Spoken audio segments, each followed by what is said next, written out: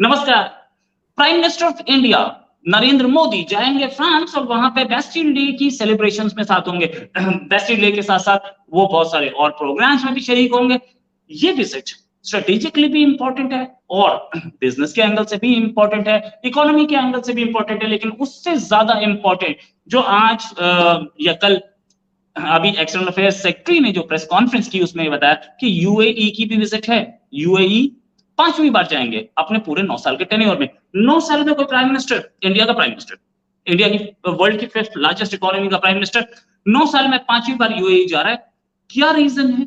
क्या इंडिया का गल्फ पे फोकस है और यूएई इतना इंपॉर्टेंट क्यों है? और इससे ज्यादा क्यों सुलगी है, क्यों चल रहे हैं, क्यों धुआं निकलता दिख रहा है पाकिस्तान से कि हमारा मुस्लिम उम्मा इंडिया के करीब जा रहा है? इसी में बात करने के लिए डॉक्टर अभिषेक मिश्रा हमारे साथ। डॉक्टर अभिषेक मिश्रा एनालिस्ट हैं, कई सारे कंट्रीज में रह चुके हैं, वहां पर काम कर चुके हैं, प्रोजेक्ट्स पे काम करते हैं, किताबें लिख रहे हैं।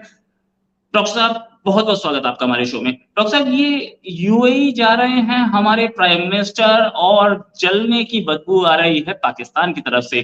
क्या मुस्लिम उम्मा ने उन्हें छोड़ के प्राइम मिनिस्टर मोदी एक मुस्लिम कंट्री यानी कि इजिप्ट ने तो अभी हाल में ना अपना highest award order of Nile दिया था प्राइम मिनिस्टर को, और उससे पहले सऊदी तो दे ही चुका है, ये यूएई भी दे चुका है। ये 5वीं विजिट 9 साल में क्या दर्शाती है? देखिए, बहुत कुछ दर्शाती है। आपको ये समझना पड़ेगा कि भाई ये जो हो क्यों रहा है, ठीक है ना। आपने ऑर्डर ऑफ नाइल की बात की, ऑर्डर ऑफ जायद भी मिला हुआ है उनको, तो यूएई ने भी दिया है। तो देखिए, ऐसा है कि पहली बात तो ये कि एक इंडिया फ्रांस यूएई समिट भी है जो बनाई गई है specially to counter the climate change. और आपको पता है कि अगली ये जो क्लाइमेट चेंज की मीटिंग होनी है वो दुबई में होनी है, यूएई में होनी है, सॉरी। तो वो COP28 होगा। कॉप का मतलब होता है COP28, मतलब कॉन्फ्रेंस ऑफ पार्टीज 28। अब मैं आपके दर्शकों के लिए बता दूं कि कॉन्फ्रेंस ऑफ पार्टीज 28 जो है वो यूनाइटेड नेशन जो UNFCC कहते हैं, United nation framework convention on climate change. उसके अंतर्गत क्या किया गया है कि हर साल या साल में 2 साल में एक बार कॉन्फ्रेंस ऑफ पार्टीज जो भी जिसने भी UNFCC साइन किया है वो सारे मिलते हैं और वेरियस क्लाइमेट चेंज के इश्यूज को डिस्कस करते हैं। तो अगला वाला जो ये होने वाला है COP28 वो यूएई में होने वाला है, अगर मैं गलत नहीं हूं तो COP28 एक तो प्री तैयारी के लिए जा रहे हैं। दूसरा ये भी पता होगा कि जो हेड ऑफ स्टेट की G20 जो सब मिल करके खत्म होगा, G20 का पूरा जितना भी प्रोग्राम चल रहा है वो होना है दिल्ली में, नई दिल्ली में। कई हेड ऑफ G20 के सारे हेड ऑफ स्टेट आएंगे and then the G20 will be culminated. लेकिन उसमें जो स्पेशल इनवाइटी इंडिया ने बुलाया है वो है यूएई, यानी कि यूनाइटेड अरब एमिरेट्स को स्पेशल इनवाइटी बनाया गया है। So there is a comprehensive strategic relationship being built between India and the Arab world, या आप कह लें इंडिया एंड मुस्लिम वर्ल्ड। कहना मुस्लिम उम्मा is a imagination, it's a fascination of few private individuals.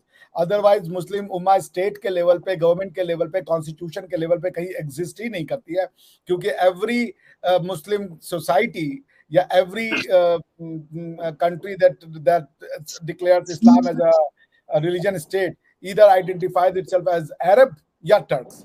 और आप देख लें कि टर्क्स की जितनी भी कॉन्स्टिट्यूशन है, उज्बेकिस्तान हो गया, किर्गिस्तान हो गया, कोई भी अपने आप को ये नहीं कहता कि भाई हमारा इस्लामिक लॉ शरिया होगा। यहाँ तक कि टर्की का जो है कॉन्स्टिट्यूशन वो भी नहीं कहता। ये सिर्फ अरब वर्ल्ड के हैं कॉन्स्टिट्यूशन जहाँ पे ये लिखा है कि हमारा जो इस्लामिक लॉ, जो लॉ ऑफ द लैंड होगा वो इस्लामिक शरिया, इस्लामिक लॉ होगा। सो पॉइंट यही है कि एक इस एरिया इस जिसे कह लीजिए इंडियन सबकॉन्टिनेंट में और एशियन सबकॉन्टिनेंट में एक बहुत बड़ा जो ग्लोबल लीगल ऑर्डर है उसमें चेंज आ रहा है, और इंडिया को उस ग्लोबल लीगल ऑर्डर की जो है बैटन थमा दी गई है। India has to lead the Global South, जिसको आप कहते हैं ग्लोबल साउथ का लीडर इंडिया है, इसमें अब कोई शक नहीं बचा है। ये सिर्फ ग्लोबल साउथ के मैटर्स को भी नहीं देखेगा, धीरे धीरे जो है ये ग्लोबल नॉर्थ के मैटर को भी इंडिया जो है हैंडल करेगा as it grows and matures.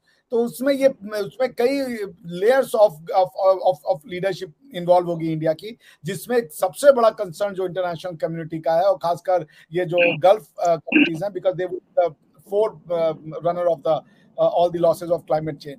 तो उसमें क्लाइमेट चेंज को काउंटर करने के लिए इंडिया का एक बेहद इंपॉर्टेंट रोल है, यूएई का बहुत इंपॉर्टेंट रोल है, यूएई का बहुत बड़ा स्टेक है, क्योंकि अगर राइज होता है टेम्परेचर तो कई गल्फ कंट्री तो उसके नीचे आएंगे ही आएंगे, जो जो वाटर का राइज होगा, इसलिए ये किया जा रहा है।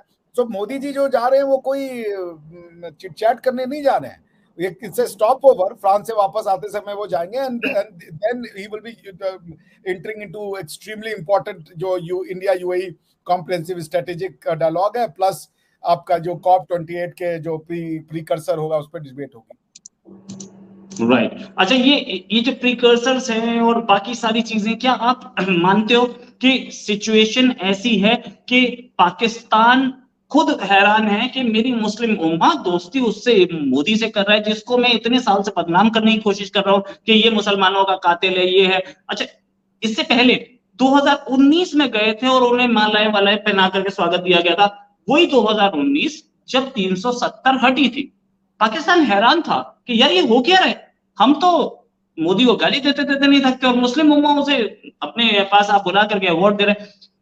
क्या पाकिस्तान अब बिल्कुल अलग थलग पड़ चुका है, मुस्लिम उम्मा भी उसकी परवाह नहीं करती? मुस्लिम उम्मा था कब भाई? मुस्लिम उम्मा हिंदुस्तान के जो मुस्लिम है उनकी इमेजिनेशन है, फिगमेंट ऑफ इमेजिनेशन। मुस्लिम उम्मा अगर भाई जिसको आप इस्लामिक ब्रदरहुड कहना चाहते हो वो ठीक है, एक थोड़ा सा आप किसी को मिल गए बाहर कंट्री में, बोले आप अस्सलाम वालेकुम हबीबी, I am Muslim, you are Muslim, बहुत बढ़िया, उसके 2 दिन बाद लड़ाइयां शुरू हो जाती है। मैं जानता हूँ यार, मेरा पाकिस्तानी दोस्त था, उसको एक लीबियन वो मिल गया, वो दोनों नमाज पढ़ने जाते थे साथ, 5वें दिन उनकी दोस्ती के 5 दिन तो ऐसी दोस्ती हुई कि एकदम मतलब दांत से रोटी चबाई जा रही थी। सीरियन और लीबियन और ये पाकिस्तानी मिलकर खूब दोस्ती किए। एक हफ्ते के अंदर मैं अपनी आंखों देखी बता रहा हूँ, वो सीरियन कहता था oh he is a bastard Pakistani के लिए, या उसका कल्चर ठीक नहीं है, he is very selfish man, I don't want to talk to him. और बेचारा जो वो लीबियन और ये दोनों साथ में गए थे कहीं सब्जी खरीदने, बीच रास्ते में कार से छोड़ के वो चले आए, इतना भी टॉलरेट नहीं कर पाए। सो देखिए ये इस्लामिक ब्रदरहुड ठीक है कि हबीबी सब बढ़िया है, अस्सलाम वालेकुम मुस्लिम, यस मुस्लिम ब्रदर, उसके बाद से जब जीवन के ट्रांजैक्शन शुरू होते हैं ना तो रियलिटी समझ में आ जाती है। Islamic Umma is not at all a bad idea अगर ये एक फ्रेटर्निटी तक रहे, मगर अगर आप इसमें अपने पर्सनल इंटरेस्ट और कॉम्प्रिहेंसिव इंटरेस्ट, नेशनल इंटरेस्ट और इस सब को अगर आप इस्लामिक उम्मा के आधार से देखोगे तो Islamic Umma never existed, never in the life it existed, never in the beginning of the concept of Islam it existed. अगर उम्मा का बनने का कॉन्सेप्ट ये समझ लीजिए दादा कि उम्मा क्या होती है कि भाई एक नेशन है जिसको ब्रदरहुड को नेशन कहा जा रहा है। प्रॉफिट मोहम्मद जो थे, जब उन्होंने जो प्रॉफिट मोहम्मद को मानने वाले इस्लाम की शुरुआत जब हुई तो क्या अरबिक नेशन खत्म हो गया? भाई प्रॉफिट मोहम्मद, आज भी अरब अपने आप को अरब कह रहे हैं, तो ये कैसा उम्मा है फिर?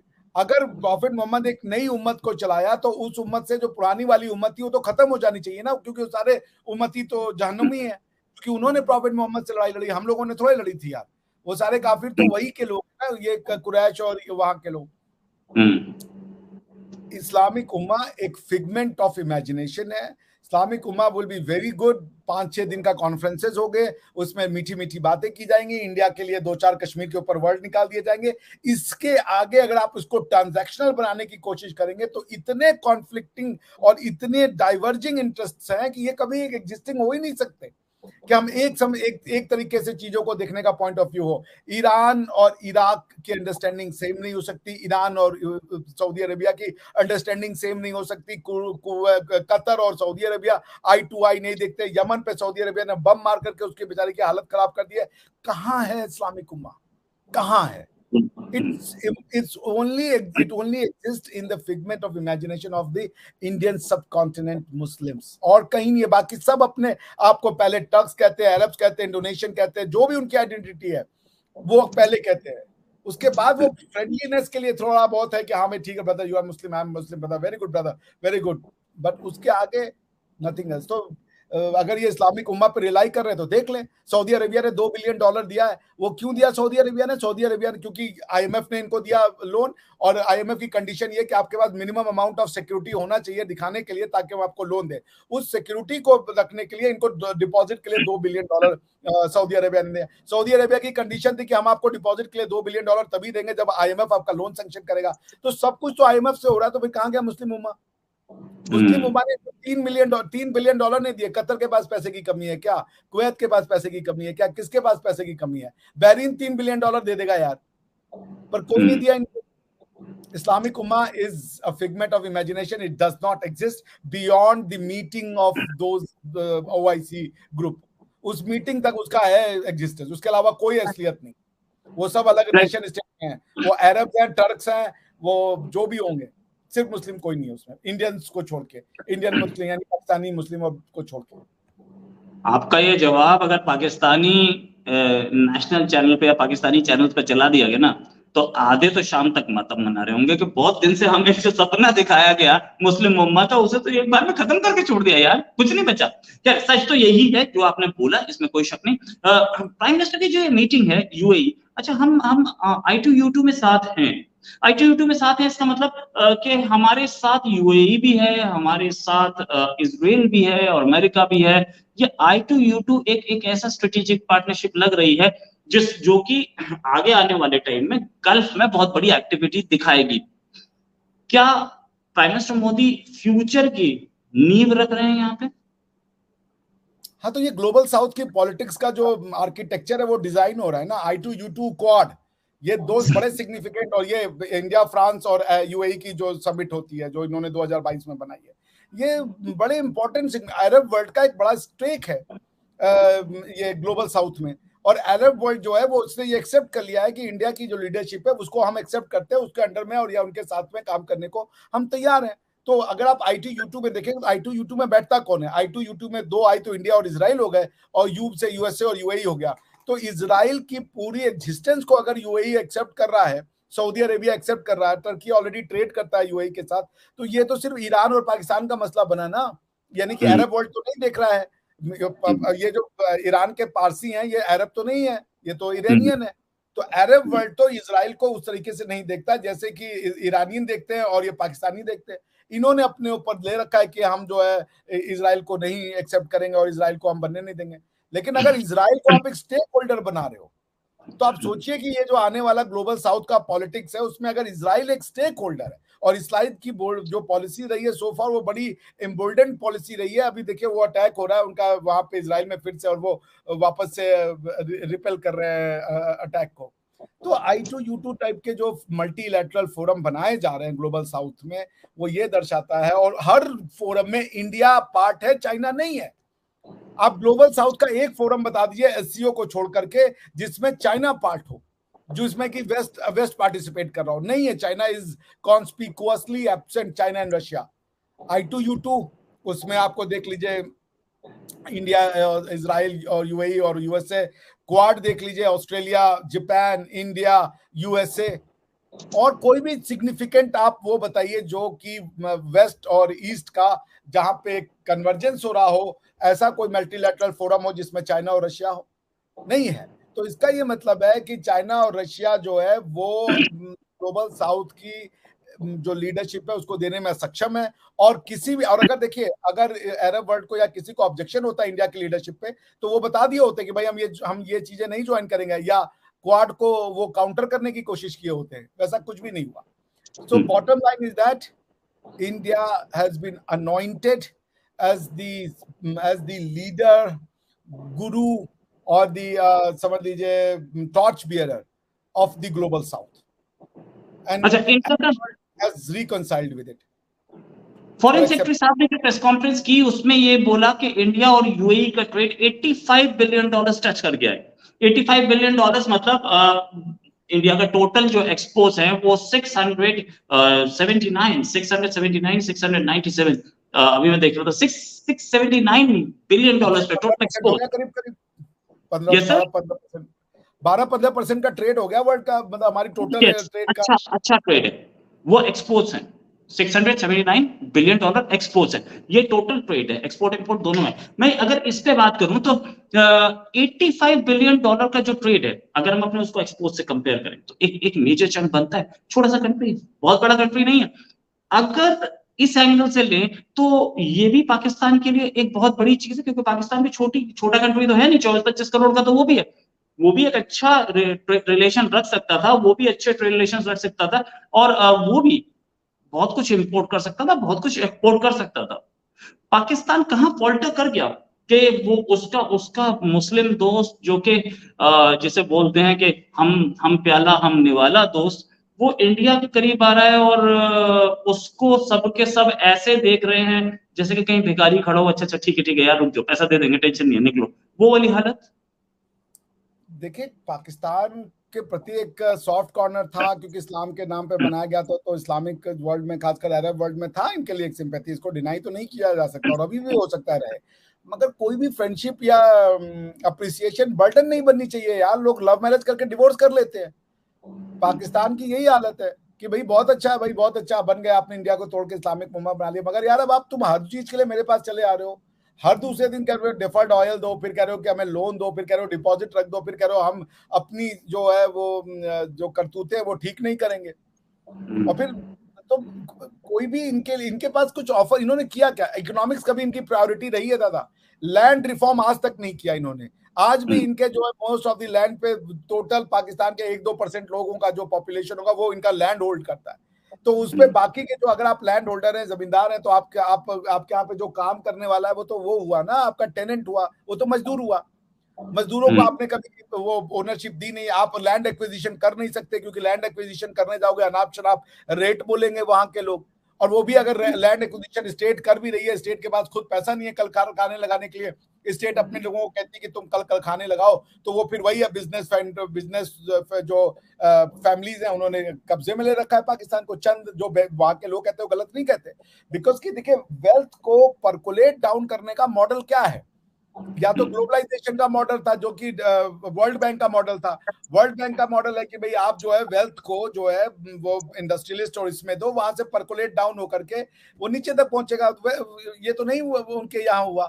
अब दुनिया, अब तो उसका अपोजिट जो जो डिस्ट्रीब्यूशन ऑफ वेल्थ का थ्योरी चल रहा है कि भाई आप नीचे वालों को वो सस्टेन करें, नीचे वालों को गवर्नमेंट जो है सब्सिडीज दे, नीचे वालों को गवर्नमेंट की ज्यादा जरूरत है, ऊपर वाले तो अपना बिजनेस खुद कर ही लेंगे।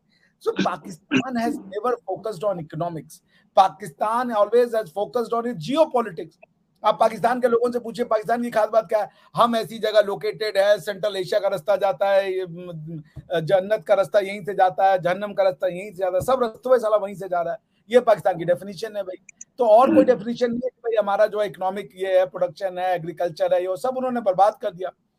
तो पॉइंट ये है कि जो जो उनकी जो एग्रीकल्चर से सोसाइटी इंडस्ट्रियलिज्म पे जाती है, इंडस्ट्रियलिज्म के बाद वो जाती है थर्ड सर्विस सेक्टर पे। ये एग्रीकल्चरल बेस्ड सोसाइटी थे, एग्रीकल्चर रह गया क्योंकि जमींदारों ने लोगों को इवोल्व नहीं होने दिया, नहीं लगने दी उन्होंने फैक्ट्री। उनको तो अपने यहाँ लोग चाहिए काम करने वाले कि जो उनके पैरों के नीचे रहे, वही हुआ।